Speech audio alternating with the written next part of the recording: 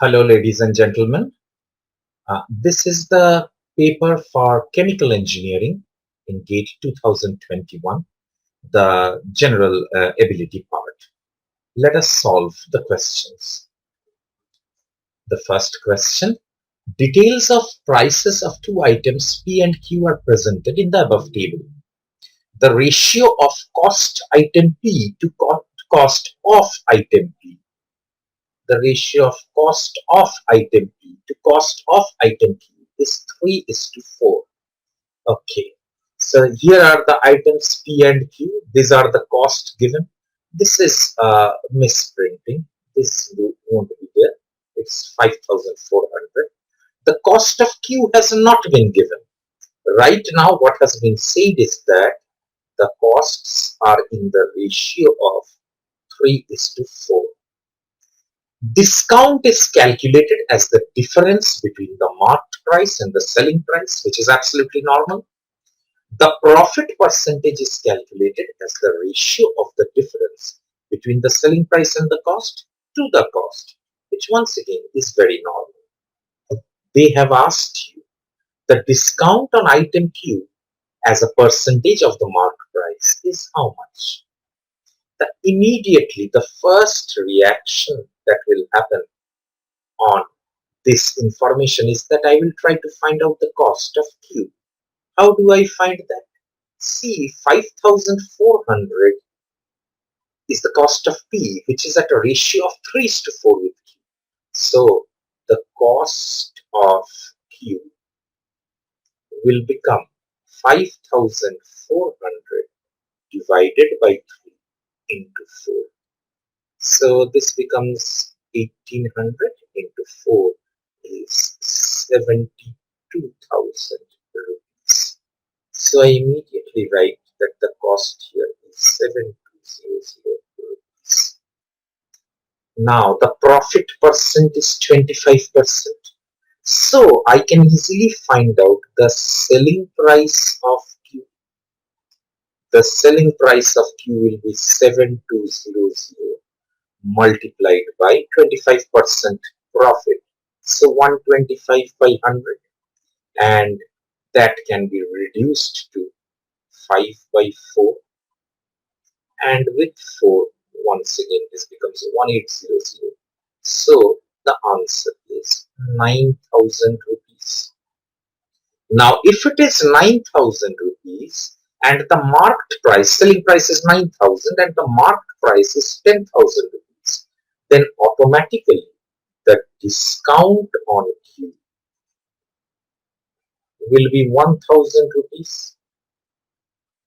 They have asked me to find the discount on item Q as a percentage of its marked price, which is 10,000.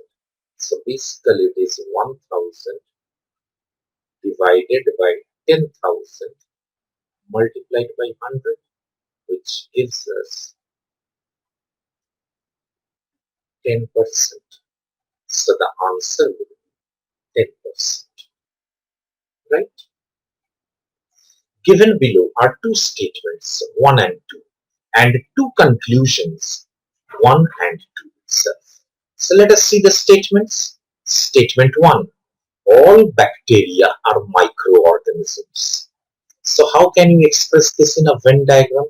You see, all bacteria are microorganisms. There can be another way of expressing this also. You see, all bacteria are microorganisms. Statement 2 says all pathogens are microorganisms. So here it will be how? Now, these are microorganisms and these are pathogens. So naturally, this also will do. Now we need to combine them, and for the combination, we will select the most effective combination which can be produced if we combine these two. Now if we combine these two, see what can result. One thing that can result is this is the microorganisms and this is pathogens and this is bacteria. This can very well be the result. The second case that can happen is that these are microorganisms, these are pathogens and these are bacteria. The third case that can result is these are microorganisms, these are pathogens, and these are bacteria. This can also happen. And the other case that can happen is that these are microorganisms, these are bacteria, and these are pathogens. So all these four cases will be valid if we combine these two, because nobody has told us the relation between pathogens and bacteria. So all these four can be possible. Now let us check. Conclusion 1. Some pathogens are bacteria. Well, some pathogens are bacteria, this is correct. Some pathogens are bacteria, this is correct. Some pathogens are bacteria where some is 100%, this is also correct. But some pathogens are bacteria, this is not correct. So any one condition incorrect, I can say that this conclusion itself is incorrect. Let us go to conclusion 2. All pathogens are not bacteria. See, all pathogens are not bacteria. Obviously, this is correct. All pathogens are not bacteria, right? Only some of them are bacteria. So this is also correct. All pathogens are definitely not bacteria. So this is also correct. But all pathogens are bacteria or not bacteria. This is absolutely incorrect because all pathogens are bacteria here. So if one is incorrect, then the whole conclusion becomes incorrect. So this is also incorrect. Hence I will say neither conclusion 1 nor 2 is correct. So that's the correct answer. Let's go to the next one. There are 5 bags each containing identical sets of 10 distinct chocolates. One chocolate is picked from each bag. Well, the question is apparently missing. Let me tell you the question that was actually there. It was find the probability that at least 2 of the chocolates selected are identical. Find the probability that at least 2 of the chocolates selected were identical. So this was the question given in Gate. So let us see how do we move about it. See, there are 5 bags and let us suppose the 10 distinct chocolates is say A to J, A, B, C, D like this till J. Okay, so and this A to J, these chocolates are present in bag 1, in bag 2, in bag 3 and so on and so forth in all the bags. Now I am picking up one chocolate from each bag. So obviously as per the rule of probability and at least 2, the probability of this whole thing, at least 2 are a dot dot dot. I'm not writing the whole thing, the question is apparent, the probability of that. Obviously any probability is equal to the favorable outcomes divided by the total outcomes. Now what are the total outcomes? But what are the total outcomes? Yes, let us first discuss that. See, if I select one chocolate from a bag, in how many ways can I do it from bag 1? I can do it in 10 C1 ways. In bag 2, how many ways can I do it? Once again, 10 C1 ways. Bag 3 also the same. Bag 4 the same also. So can't I say that the total outcome would be equal to 10C1 into 10C1 into 10C1 5 times. That is 10C1 to the power 5, which is nothing but 10 to the power 5. That is the total possible outcome.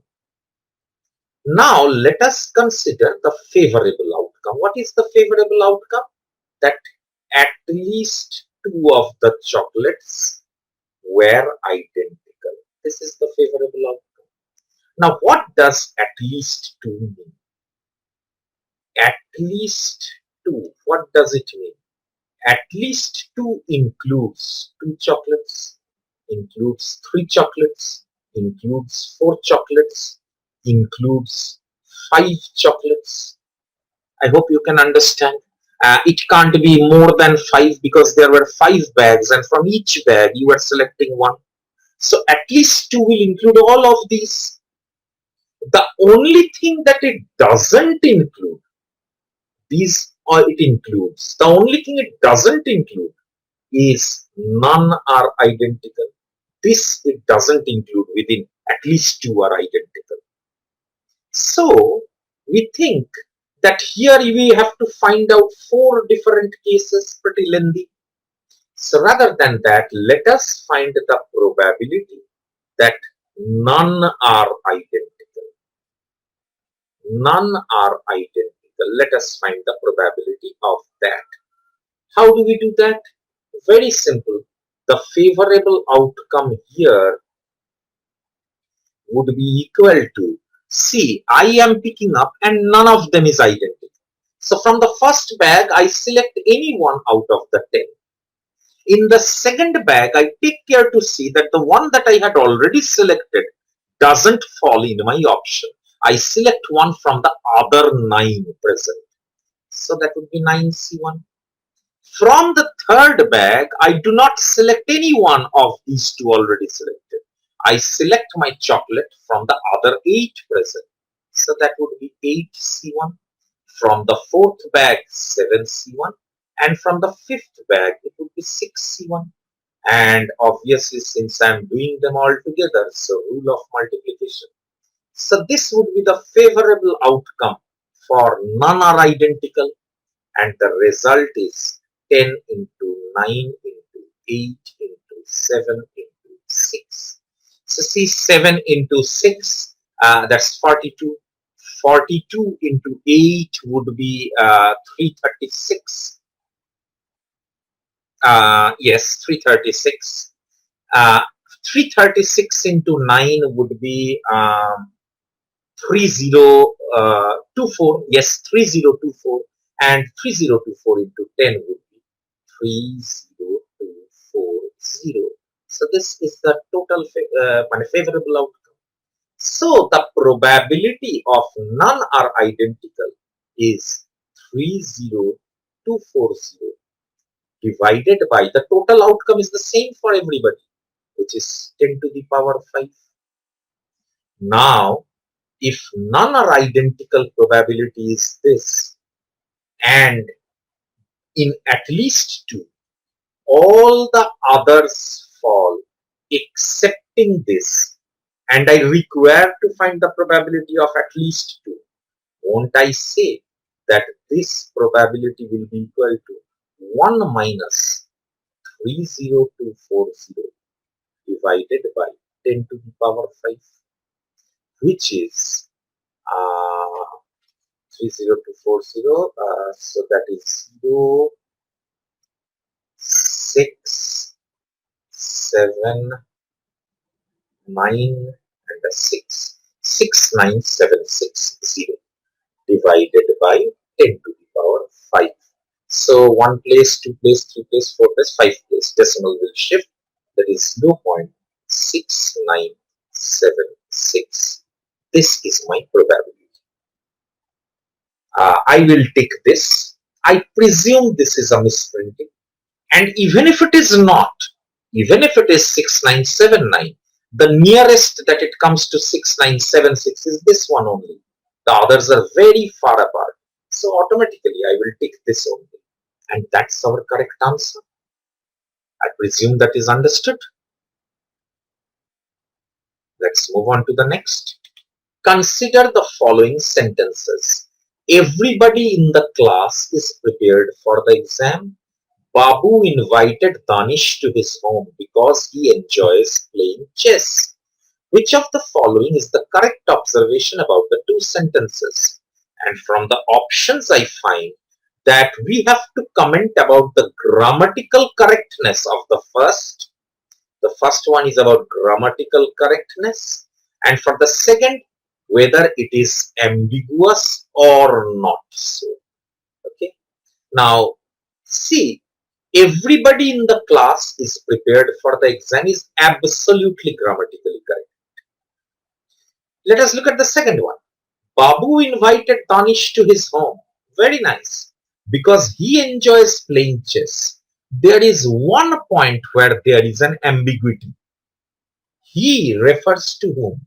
Because he can be Babu himself, or can be Danish also.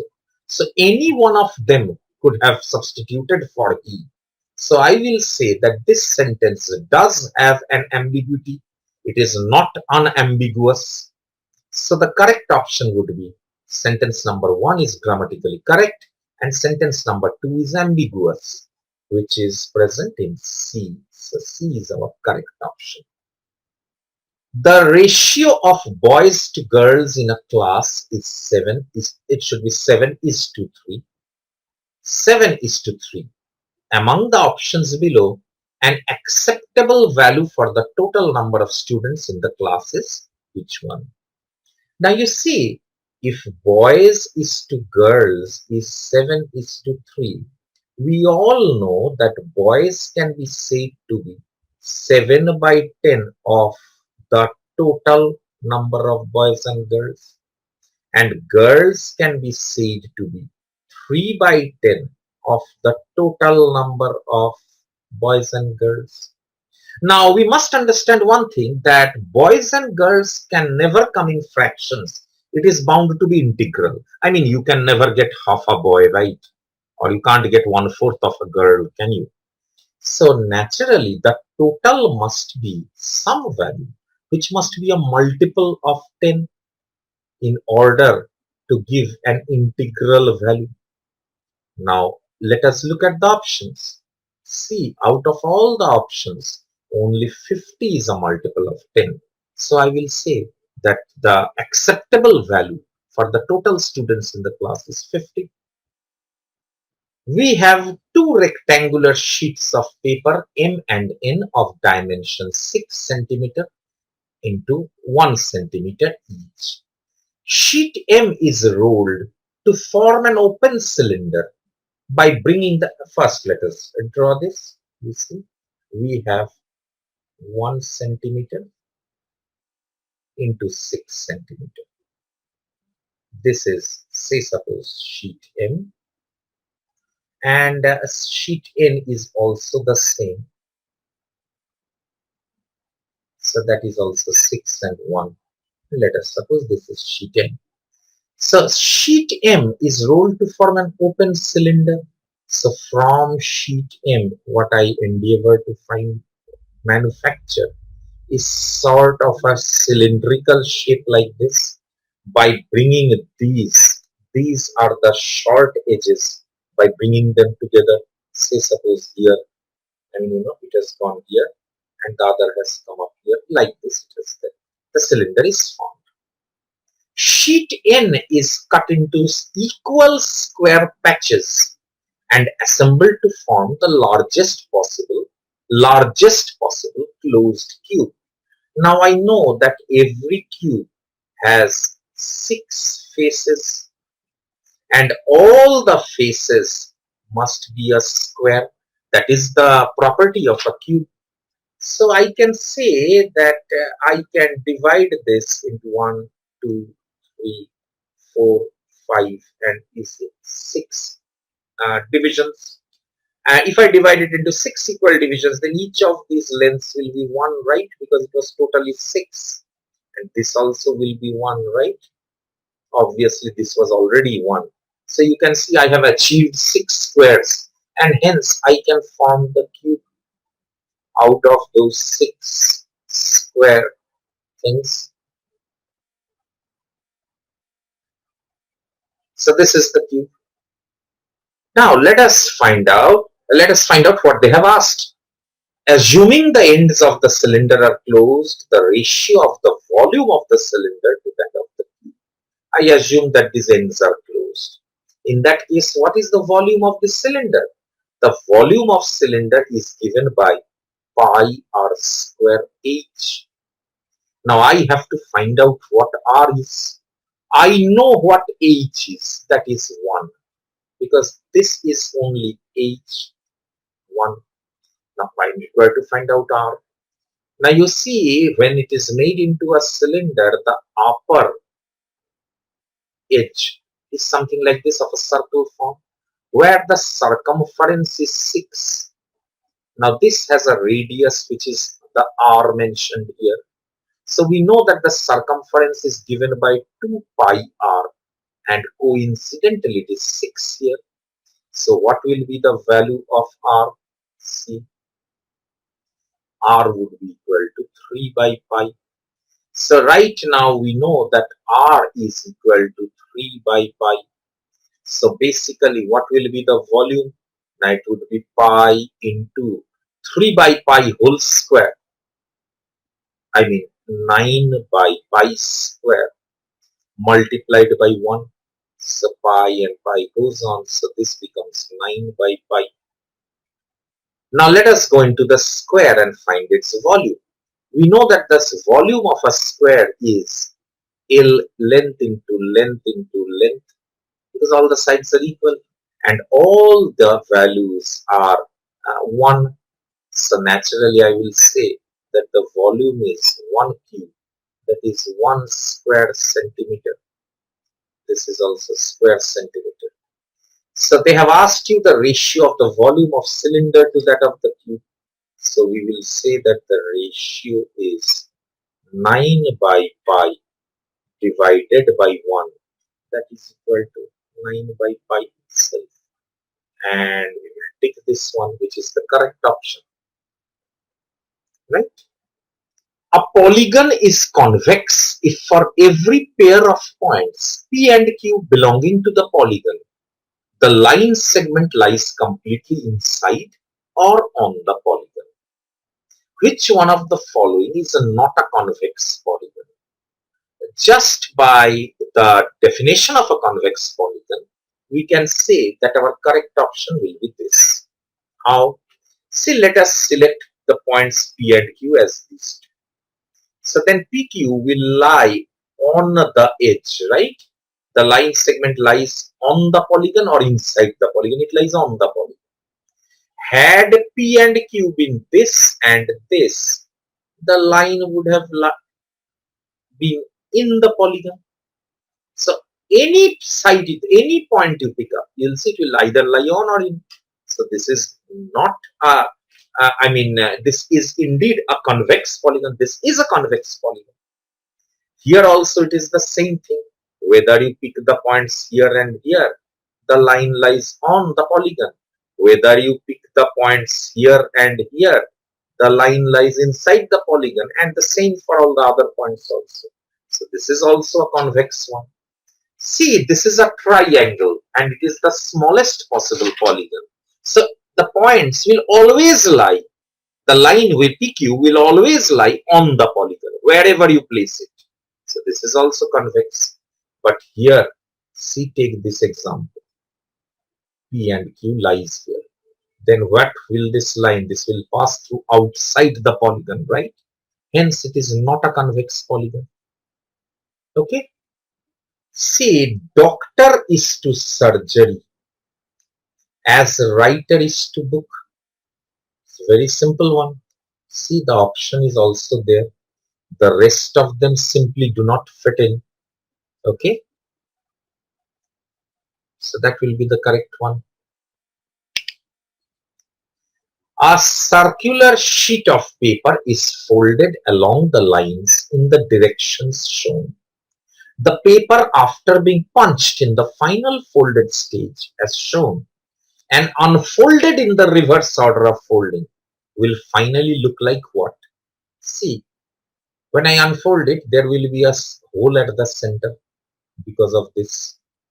Now this one is a slightly larger cut. So because of that, it will be a larger cut like this. But then this fold will come up to this also here when I unfold it. So that same cut will also be here also, slightly larger. So this is a smaller cut. So here there will be a smaller cut. But since I refold it back there when I unfold it, so this smaller cut will be here also. So you see the circular shape should look somewhat like this. And if you check the figures, this is the one which resembles this. So I will say number A is the correct option, right? Some people suggest anti-obesity measures, AOM, such as displaying calorie information in restaurant menus. Such measures sidestep addressing the core problems that cause obesity. That's poverty and uh, income inequality. So that's the passage. Of course, there shouldn't have been a comma here. There should have been a full stop for the correct grammatical effect. I think this is a printing error. Some people suggest anti-obesity measures such as displaying calorie information in restaurant menus. Such measures sidestep addressing the core problem that cause obesity, that's poverty and income inequality. Which one of the following statements summarizes the passage? See, the first statement is AOM are addressing the core problems and are likely to succeed. Nothing can be farthest away from the truth because it has been clearly said that these measures sidestep addressing the core problem. Sidestepping means avoiding addressing the core problem. So naturally this is not our statement. Okay. Second one, if obesity reduces, poverty will reduce. Since obesity causes poverty. But it has been clearly written that poverty causes obesity. See, such measures sidestep addressing the core problem. What is the core problem that causes obesity? That is poverty. So poverty causes obesity. They have said here entirely the opposite thing. So that is wrong. Number C, the proposed AOM addresses the core problems that cause obesity. And naturally, like the option A, it's obviously the opposite. They do not address the core problems. So this is wrong. Let us look at the fourth one. AOM are addressing the problems superficially. Superficially means on the surface, not going to the depth of it, which is absolutely what they have been saying. See, they do not address the core problem. Core is available in the depth. Okay, so they go superficially. So I will say that our correct option is this one. And that's the end of it. Thank you.